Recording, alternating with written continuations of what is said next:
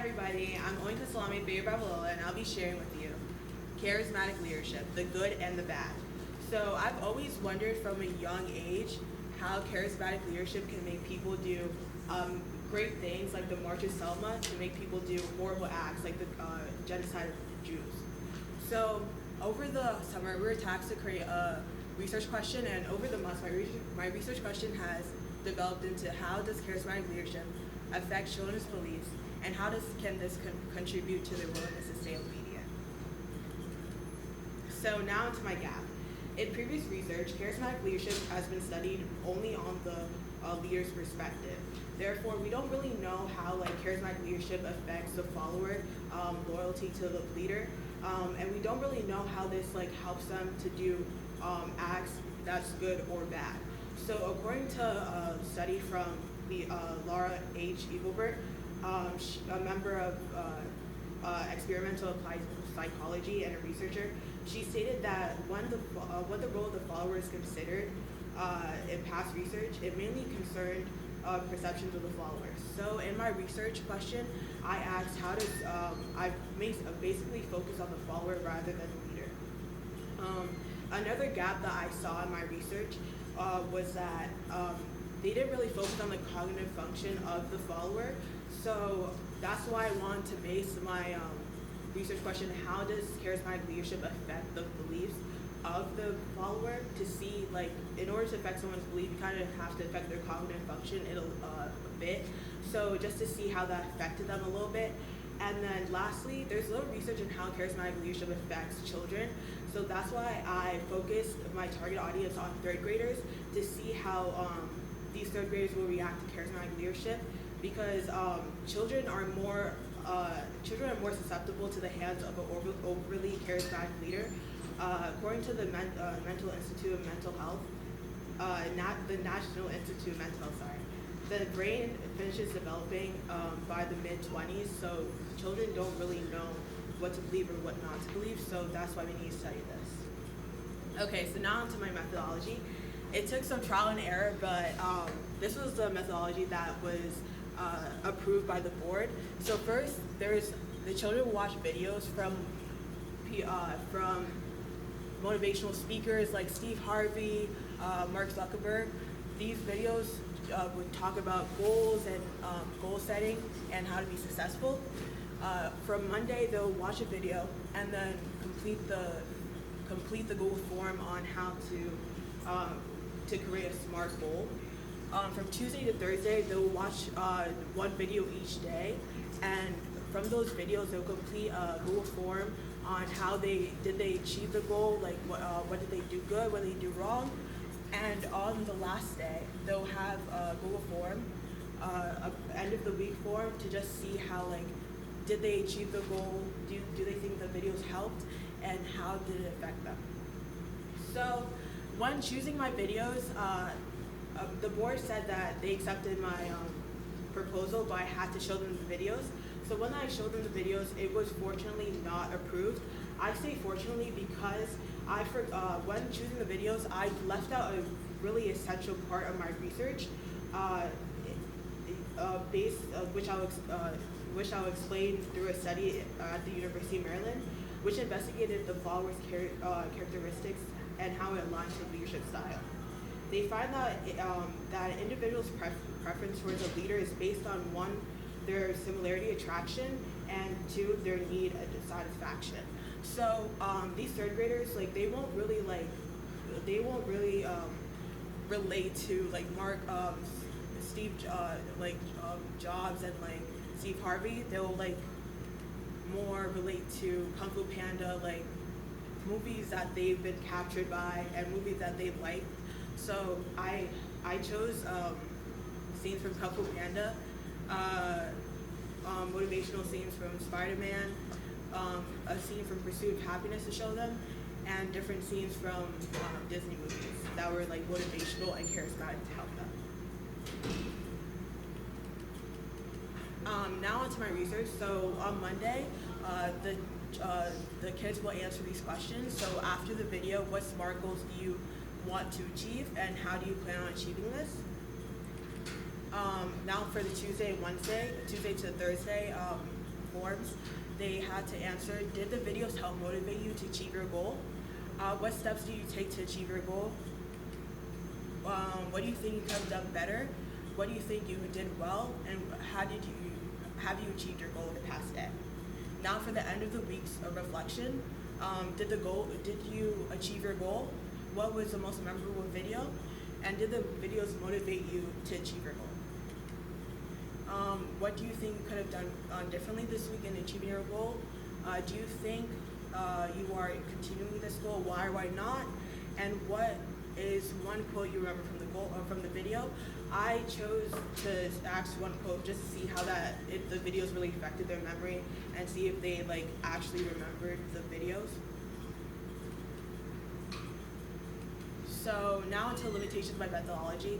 So this all depends on the kid. Some kids may not want to create a goal, some kids may be motivated by it. So all dependent on the kid. Kids may not care about the videos, so I combated this by choosing new videos that really focus on what kids will really like. And then lastly, some might distract others, but by having videos that kids like, it would combat this. So now in consent form. So during my research project, I had to get consent from the superintendent. So this is what the students had to take home with them to show their parents. It includes my name, the title of the project, the summary of my project, the data source, which is third graders, and the link to the videos and the forms. Okay, so now to the survey responses. The Monday survey, I got 54 responses. The Tuesday and Thursday reflection, I got 133 responses. And the end of week reflection, I got 33. Okay, so now this is all the results I got. So did you achieve your goal? 76% said yes, and 24% said no. Students who remember the most memorable video, 73% said they remembered, 27% said they did not remember. Did the videos aid the students in achieving their goals? 73% said yes, 27% said no. Do you think you would continue this goal? 73% said yes, and 27% said no. So this shows how it's been really consistent in how children are achieving their goals through these videos and how these videos are helping them achieve their goal. So does charismatic leadership affect children's beliefs, and does this contribute to their willingness to stay obedient? To the first question, I would say that it's kind of inconclusive because I didn't really test what the children's beliefs were beforehand and see if they actually resonated with wanting to make goals and achieving it. But however, I would say that the videos did influence them and making their goals because from the videos, you can from the forums you can see that these students really wanted to achieve their goals, so it really influenced them. So I can't really say it changed their beliefs, but I know it influenced their beliefs. And does it contribute to willingness to stay obedient? And I say 100%, because about 76% said they achieved their goal, and 73% said that the videos did help them achieve their goal, which is a lot of people. So it's a lot, so yeah. So issue seen. So with a show of hands, how many of you have created a New Year's resolution? How many of you have completed your New Year's resolution? About none of us. So when doing this form with students, I saw that a lot of students don't know how to make achievable goals and SMART goals, which stand for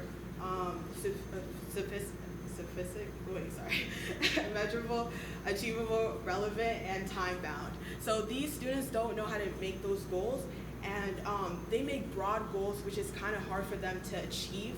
By making smaller chunks of goals, it will help students to achieve more. So according to a study by the University of Scranton, about 92% of people have not achieved their New Year's resolutions. Maybe this is just New Year's resolutions, but another study shows that 80% of people have not even made goals.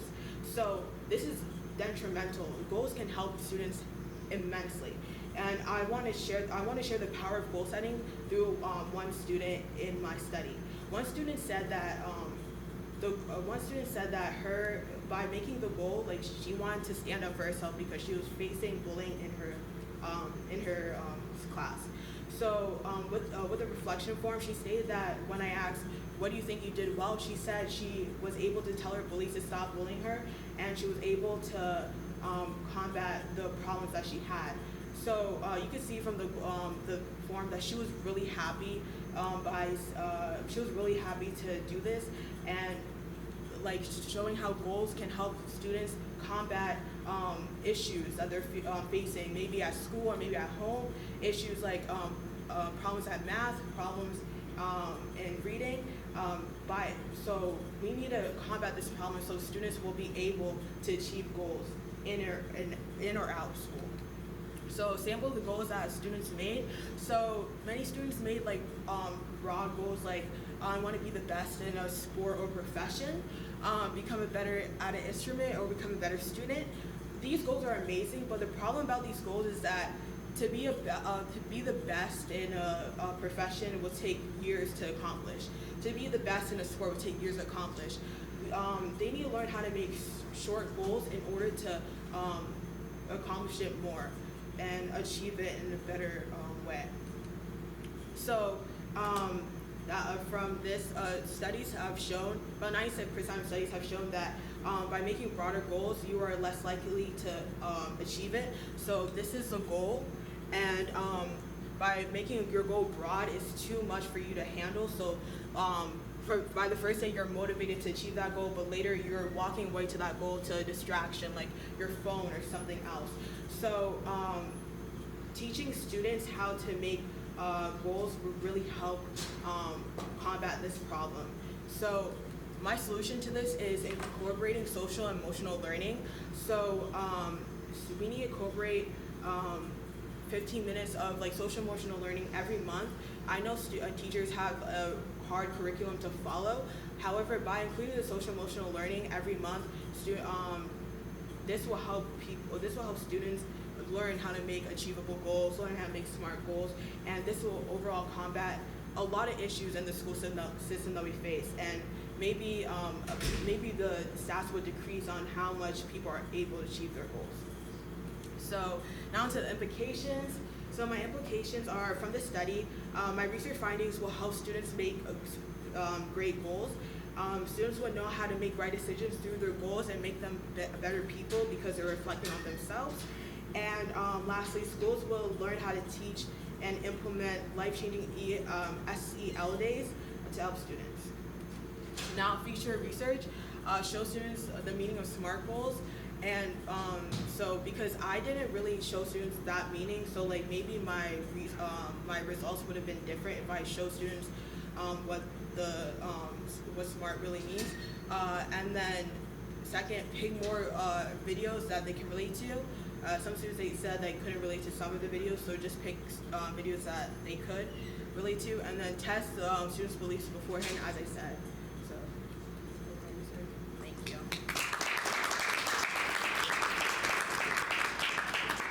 Okay, how did you evaluate the sources you collected to make sure that they would be credible, valid, and reliable? Which sources did you discard and why? Okay, so the sources that I gathered sources from scholarly sources, peer-reviewed sources that were that were peer-reviewed, so they had another lens and people saw it, so I knew it was valid, and sources from like psychologists, verified people. The sources that I discarded was sources from like blogs because they couldn't really be like verified. I wanted course research that can really help me bring me to my decision. Thank you. First, you did a good job. And my question is, which of the various perspectives you explored was the most difficult for you to incorporate into your research inquiry, and why? The perspective that was hardest to put into my my research was the perspective like of the kids, kind of, because I really didn't take into consideration like if they would like the before the videos I picked was motivational videos that like had like Steve Jobs, but like most of these kids won't really like this, and even like as high school students, we don't really like feel motivated by this. So therefore, I picked like videos that they could like relate to and have more fun with. Think about the initial curiosity that led to your inquiry. What other areas of inquiry might the same curiosity lead to? Okay, so like I stated before, I was really interested from a young age, like charismatic leadership, because it can bring good and can bring bad. And I really wanted to test out how charismatic leadership can affect children, because we don't really see that in a lot of, like, research doesn't really show that. They show a broad variety of people, like testing people, but like they don't really show like kids. So I wanted to show that, and yeah. Okay. Any other questions from the audience? I do have another Go question. for it.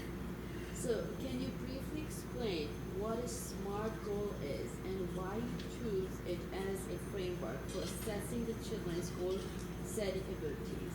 Okay, so it stands for, so sometimes I can't say this word, but specific, measurable, achievable, relevant, and time-bound. So time-bound, like I said, like when you have goals that are like crazy big, like how, like being the best women football player, it's gonna take forever to, like, not even forever, but like 5 years, like 10 years. You need maybe like practicing my soccer skills. So for the next game, that's time-bound. Specific, that's like one thing. And measurable, it can be measurable, it's not broad. Achievable, it can be achieved in a short amount of time. Relevant, you really relate to that. So that's how like students should know how to achieve those goals. In school, we don't really learn this, and we don't really learn how like goal setting can really help us in a lifetime. But by showing you that that story of that kid who was able to stick up for herself, you can see how goal setting can really impact a child's life. Any questions at all? What was your sample size of students? My sample size of students, that's a good question. I think about like